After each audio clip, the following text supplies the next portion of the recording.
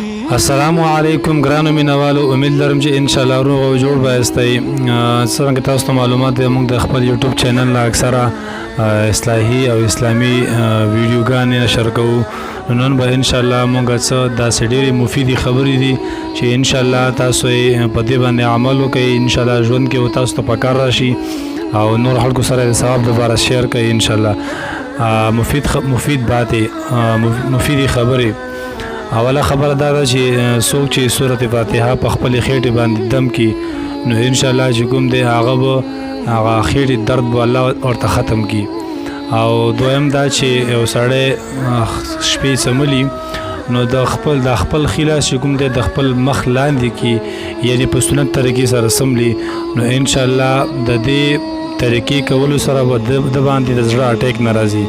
څومره مهمه خبره ده ورونو. او دریم دا چې هر یو انسان دی باید د شپې ټیکله خوري، خامخا لږه دی خوري خو خوري.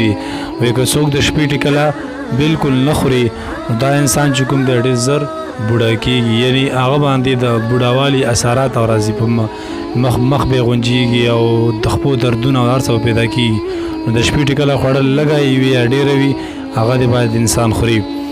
او خپل مخ چې کوم دی دا په لمنو باندې نه پاکوي.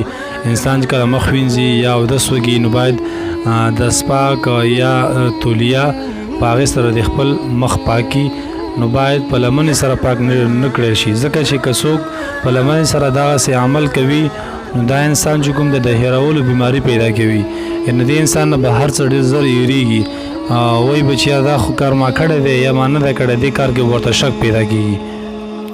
نو ان شاء الله ورونو دا زمونږ مهمه خبرې وي تاسو سره مونږ نشر کړلې او ان شاء الله مونږ به همدغسې کوم دی مونږ فایداناکې خبرې او اصلاحي او اسلامي خبرې نشر کوو.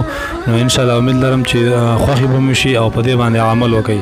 السلام علیکم.